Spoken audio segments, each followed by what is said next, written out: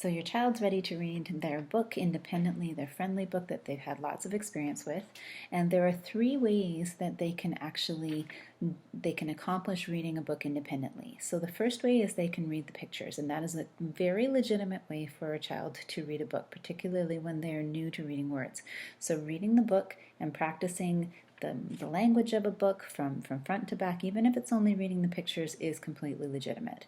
The second way that they can read a book is from memory. So if you have read it to them and they've had enough experience with that, then a good time of their independent reading time can be them reading the book from memory. And retelling is one of the 12 things that good readers do that we call the daily dozen. So we want to give them opportunities to actually be retelling books, and I will devote a different video to how we work with that and how we develop that in kids. And the third way, and the way that most of us would consider to be truly reading, would be reading the words. So this video, we're going to go into some suggestions for parents as kids are reading the words independently and how they can help them when they get stuck. So it's time for your child to be reading the words. What you want to do is encourage them to be reading out loud, and you want to encourage them to track with their finger from left to right. They're going to track each word as they say it and match their words to the text. Both reading out loud and tracking with their finger is going to give you some clues as to what the child is struggling with and what they can do already. Sometimes what we see is a child knows that the text goes from left to right, and that's awesome. We want them to know that. But sometimes they'll just swipe underneath it and read it from memory. That's okay. After they've had a chance to do that, then go back and ask them, what was that beginning word? What was the next word? Can you find the word the? Can you find the word donkey? Whatever the words are, if you can get them to then clue into the symbol cues that identify different words and differentiate them from each other, then that will help to build that skill, so eventually they will be able to match their words to the text on the page. So there's going to be some times that even though it's a friendly book, that they're going to come to a word that they're going to have difficulty with. What you want to make sure you do is use meaning to really leverage decoding. So you can ask them to go back to the beginning of a sentence, and once they go back to the beginning of the sentence and they try that again, sometimes just the momentum of the words, maybe they're reading them a little bit more fluently the second time through, will help to just kind of push them through and be able to recall that word and be able to identify it correctly. Other times you can say to them, look at the pictures, that give you a clue. So they can use the picture clues. Again, we're using meaning to really leverage the reading of the words. Another thing that you can do is you can say, skip that one. Keep going, and then after they've got more context that comes after, you can go back to the problem word and have them try it again. There will be times that we want to encourage students to be sounding out words, and it's really important that we support that properly, because if we don't, it can be really frustrating for them. So lots of times when kids are sounding out words, they will do something like this. So if the word is monkey, they might sound it out like this: k, g. Right? Because they're saying each one of the letter sounds that they've learned, and they're saying them in order, and somehow that is supposed to twig their brain. So just like we want to have them read out loud so that we have some clues about what they're doing and what they're understanding as they read, we also want them to have the benefit of hearing their voice when they read. I tell kids, I want you to keep your voice on, and I want you to let your brain hear your voice. And the reason is that if their brain can hear their voice, then the meaning center of the brain kicks in and starts to help them to actually identify the words. So instead of going k, y, which doesn't make any sense, it certainly doesn't sound like monkey. If they keep their voice on and they let their brain hear their voice, what we're asking them to do is not leave any spaces in between the letters. We want that to blend into each other. And the best example the best metaphor that I've heard for that is, think about Dory when she talks to the whales in Finding Nemo. So if she was talking to the whales, she would say, "My name is Dory." Okay, so I'm really hoping that video doesn't come back to haunt me. But what I want you to understand is, if we can tell them to keep their voice on in between the letters, then it's going to sound like this: monkey. And even if they say "y" at the end, the meaning center of their brain is probably going to light up, and you'll see it in their eyes. They'll go, oh, it's monkey, and they'll get it. So we want them to keep their voice on and let their brain hear their voice.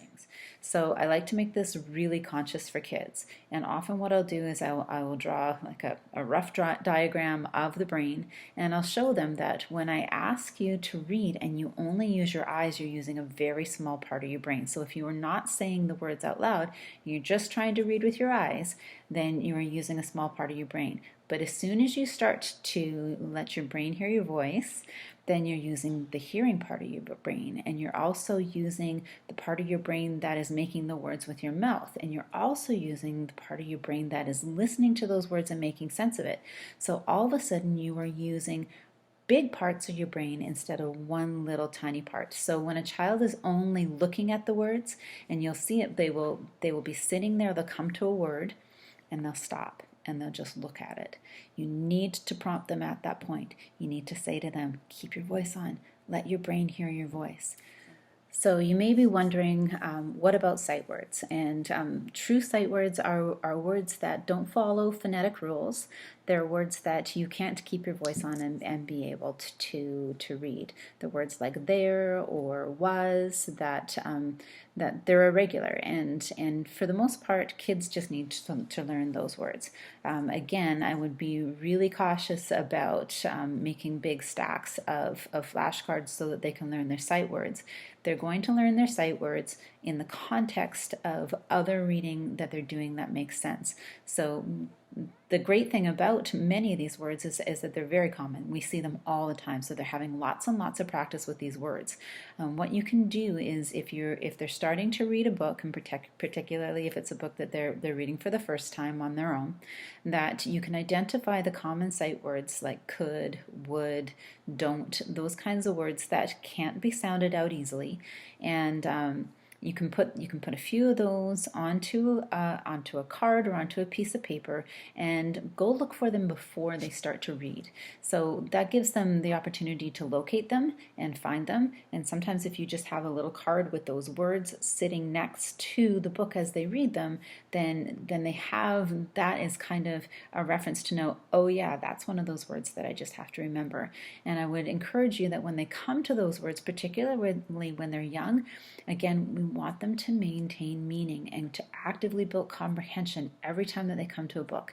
It's not okay for them to just read a book and not understand it. Comprehension is everything. So if they come to a sight word like could or would, and they're not able to read that word in the context and with all the strategies that you've used, if they are not able to read that word, give it to them. Just keep them going, because they're going to come back to that word. You don't have to worry that that's not going to come up for them again and that they're going to go through their school career without having learned how to read that word. They will learn it, but right now what we want them to really do is feel successful, and we want them to be actively building meaning, not getting caught up on one word. So feel free to give kids those sight words when they're getting in the way of the flow of their reading. How we respond to students when they've made a mistake in their reading is really important.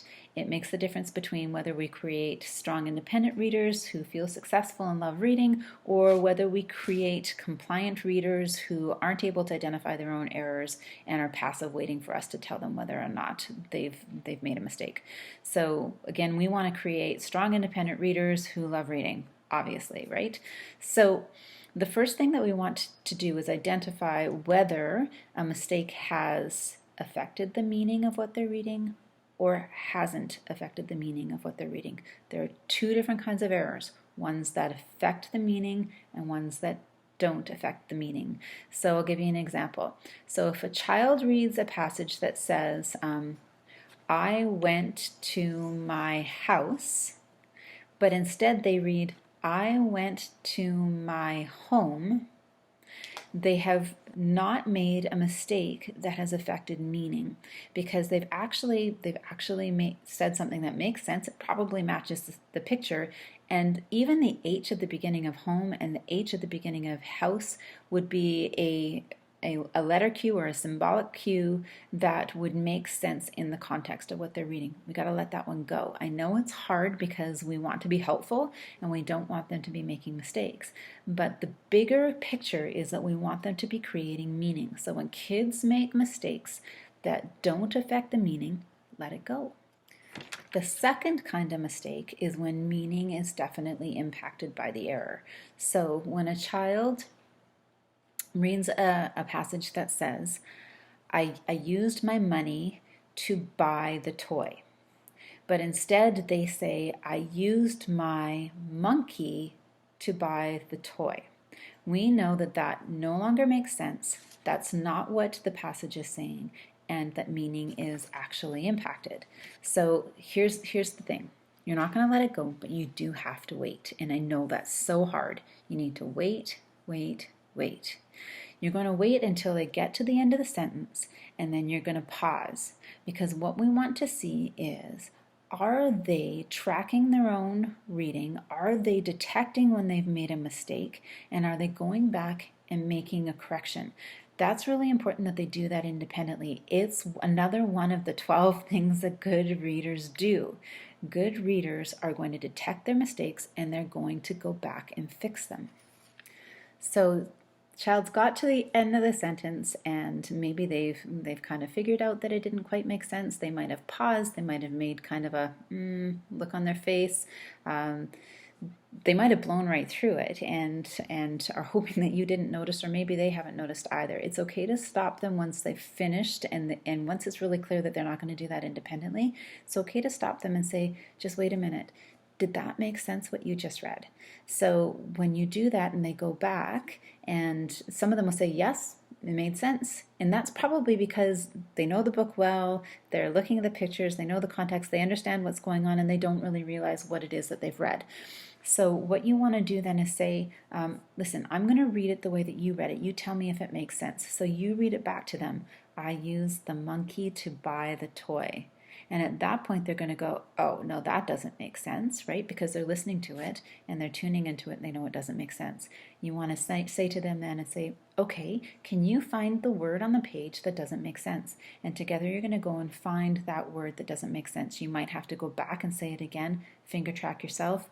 I used the monkey to buy the toy, right? And then like, oh, that word doesn't say monkey. No, what does that word say? That word says money, right? Good for you, because that's what good readers do. Good readers are always looking to make sure that it makes sense. Reinforce that, reinforce that, reinforce that.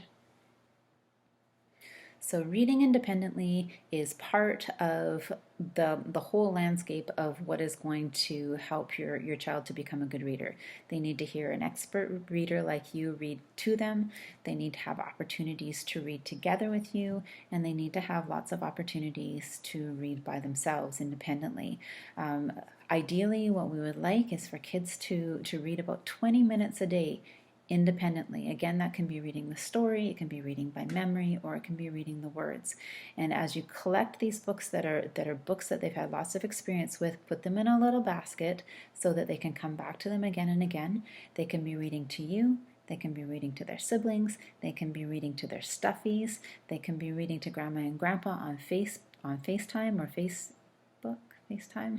Anyways, they can be reading to a lot of different people in a lot of different ways. And that doesn't need to be 20 minutes all at once. It's actually better if you can break it up so that there's, maybe they're reading for 5 minutes here, or maybe 10 minutes here, and another 5 minutes before bed. If you can break it up and they've got lots of opportunities to come back to those friendly texts, then you're going to see that their ability to read independently is going to grow consistently. Moms and dads at home, I hope that you have found this video to be helpful to you and to your new reader. If you didn't get a chance to see the first video, I hope you'll go back and take a look at that one as well. What I want you to know is, first of all, you are enough.